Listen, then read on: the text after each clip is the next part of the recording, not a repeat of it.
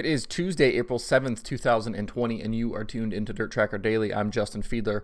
Lots of virtual dirt racing stuff to get to today, recap a couple races, and get you prepared for a couple more races happening tonight.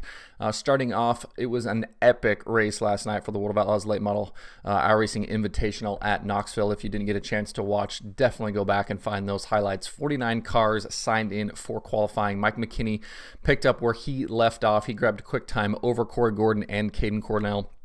The top 10 in qualifying were separated by a single tenth of a second. So super tight field. This night saw 5 heat races with the top 3 qualifying for the feature again. The heats were won by Mike McKinney, Logan Seavey, Caden Cornell, Bobby Pierce, and Nick Stroop. Mike Spatola, Justin Allgaier, Kyle Strickler, and Scott Bloomquist transferred from the D to the C. Matty Watkins, Nick Hoffman, Chris Martin, and Matt Cosner transferred from the C to the B. And Ashton Winger, Matt Shannon, Kyle Hardy, and Tyler Clem transferred from the B to the feature. Through the early part of the night, racing was pretty good. Nothing super to write home about, but decent. And then, once we kind of got into the feature, it really kind of jumped off. For most of the event, drivers were 3 wide, swapping positions, throwing sliders, ton of action. Mike McKinney was out front for most of the race, but Caden Cornell was basically right on his tail the whole time. With only a few laps left, you could really throw a blanket over the top 3. Logan Seavey kind of jumped in on the fray there. McKinney and Cornell traded sliders, pretty big sliders, coming to the white flag over the final couple laps, and then coming to the white flag, McKinney threw a slider and didn't quite clear Cornell, which led to some contact between the two, and that let Seavey by for the lead. Seavey led the final 2 laps and picked up the $1,000 win in the Rocket number 1.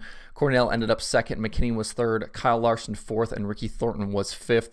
Christopher Heil was the hard charger. He drove from 20th up to 8th. If you didn't watch, if you haven't seen the highlights, go find those. They're on the World of Outlaws YouTube page. Pretty great finish and great race all the way around, racing all the way through the pack. Only a couple of cautions, not a ton of crashing. It really was good from start to finish. The late models will be back in action Wednesday night live on Fox Sports 1 as part of the World of Outlaws race that night. That includes the Sprint Car Series. Following the late model race, the iRacing World of Outlaws Sprint Car World Championship took to the Fairbury Speedway for their 3rd race of the season. The Semmelman brothers took the top 2 spots in qualifying, with Dylan going quick time over Austin. The 4 heats were won by Dylan Semmelman, Austin Semmelman, Blake Cannon, and Braden Eiler.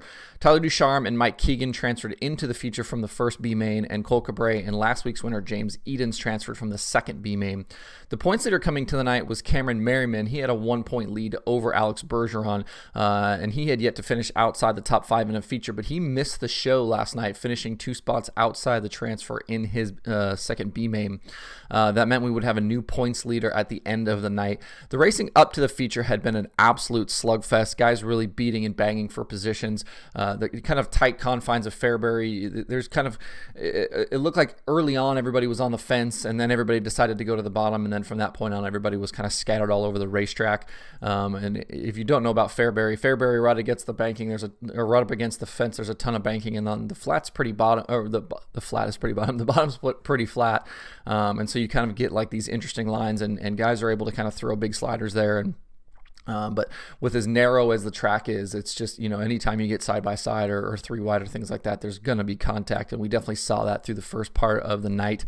They did reset the track this week before the feature. Some in the field thought they shouldn't have, which was kind of the opposite of what happened last week, where they didn't reset the track, and some of the guys thought they should have. On the start, Dylan Semmelman drove away from his brother and the field. He did survive a few cautions, but led all 35 laps en route to his first win of the season. His brother Austin finished 2nd, Blake Cannon was 3rd, Alex Bergeron 4th, and Braden Eiler finished 5th. Bergeron's run from 9th to 4th was good enough to see him jump back into the points lead. He's now got a 14-point lead over Blake Cannon in 2nd. Kendall Tucker is 3rd, Dylan Semmelman is up to 4th after his win, and David Heileman is 5th. The Semmelman brothers, good night for them. I know they've had a rough couple of years. They lost their dad a couple of years ago at Beaver Dam, and They mentioned some other family issues in their post-race interview, so good to see them have a good night, and obviously all of the other things that are kind of going on in the world. Fairbury, though, was another fun feature to watch. The beating, the banging, the massive sliders, guys going from that bottom groove all the way to the fence to throw those sliders at each other. Next Monday night, the series heads to Knoxville Raceway for week number 4. You can tune in free at 9 p.m. Eastern on iRacing.com/live or twitch.com/iRacing. I know that's like one of the things that's, I think, neat about the virtual racing, and I think one of the bigger criticisms about the virtual racing is that there aren't really those physical consequences. But I think because of that, you end up seeing guys, I think you end up seeing some actually really great racing because, there's obviously consequences for those things. If you crash, you take yourself out of the race, but there's not physical consequences. And because of that, guys are definitely more apt to throw those big sliders at each other. And I think it makes for really exciting action, and there's a lot more contact and things like that, which make for really exciting racing. So it's one of the things that I've enjoyed so far about tuning into all of these races. And I think we'll probably see more of that in the coming weeks.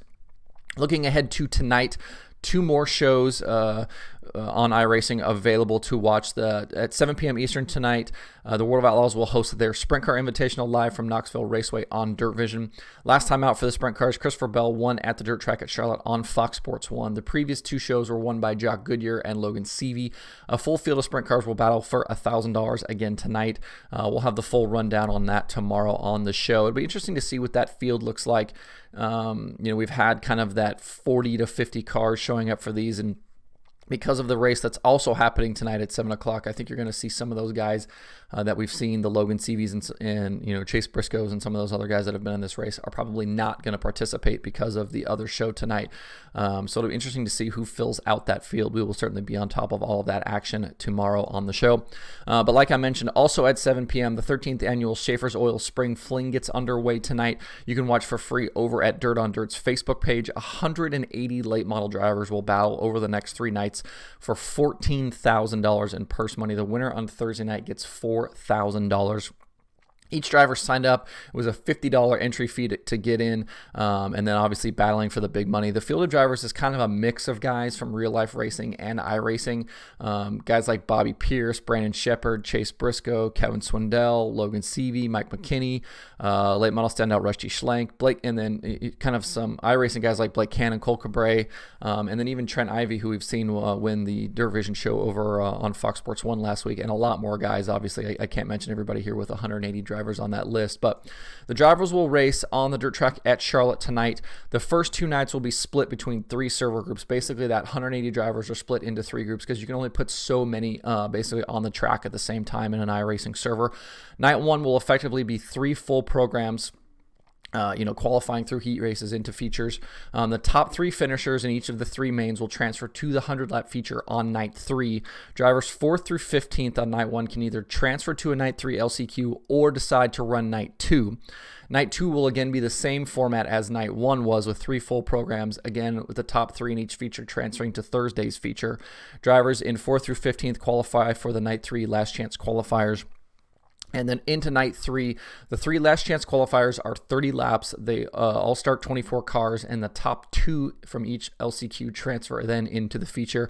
From there, the full field will race 100 laps. Winner gets $4,000. The race pays $100 to start, so pretty good money for these guys. Dylan Fox won last year's Spring Fling. He pocketed $3,000, so money this year is up for those competitors.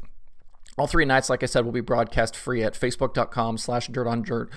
Ben Shelton, Tommy Rowe Jr., Chase Rodman, and Nick Robbins will be on the call. If you watch, you might even see a Dirt Tracker mentioned in the podcast. I'll have some more details on that either later today on social media or tomorrow on the show. I'll talk about it, the Dirt Tracker involvement with the Schafer's Oil Spring Fling. I'll also have a full recap on the night's action and get you up to speed on who is transferred into the night 3 action on Thursday, but we'll talk about all of that stuff tomorrow. Back to kind of some real life racing. If you're interested in things like tire rules, I know obviously the competitors are going to be interested in an announcement like this, but sometimes the fans are interested in this stuff too. But the Wild West Shootout announced yesterday they are adjusting their tire selections for the 2021 event. They will now utilize Hoosier 1350s on all 4 corners with Hoosier LM40 or WRS2 2 as right rear options.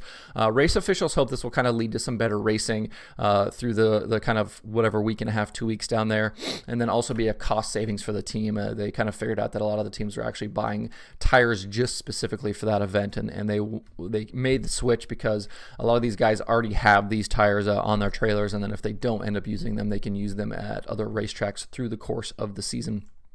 So new tire rules for the Wild West Shootout. That's the show for today. Not much else going on. And I shouldn't say not much else going on. There's a ton of stuff going on if you're kind of looking in the right places. But in terms of actual racing, not a whole lot to talk about right now. I mentioned some of the schedule changes and stuff like that yesterday. And this announcement from the Wild West Shootout today. As those announcements and things like that continue going forward, we'll obviously keep you up to speed on all of that stuff that's going on. Appreciate everybody tuning in to the show today. You can find DIRTRACKR Daily on Apple Podcasts, Spotify, Stitcher, or where you get podcasts. Please subscribe, leave me a review, tell your friends. You can also watch the show on YouTube and Facebook. You can also subscribe to the show on YouTube if you would like. You can email the show at info@dirtracker.com. I check that every single day. You can follow along at facebook.com/DIRTRACKR, twitter.com/DIRTRACKR, and the website DIRTRACKR.com. That's DIRTRACKR.com, kind of a strange spelling.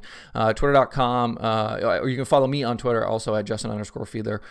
You can sign up for the DIRTRACKR weekly newsletter on the site right now. Thanks again for tuning in. We will see everybody tomorrow with a full recap of tonight's action on DIRTRACKR Daily.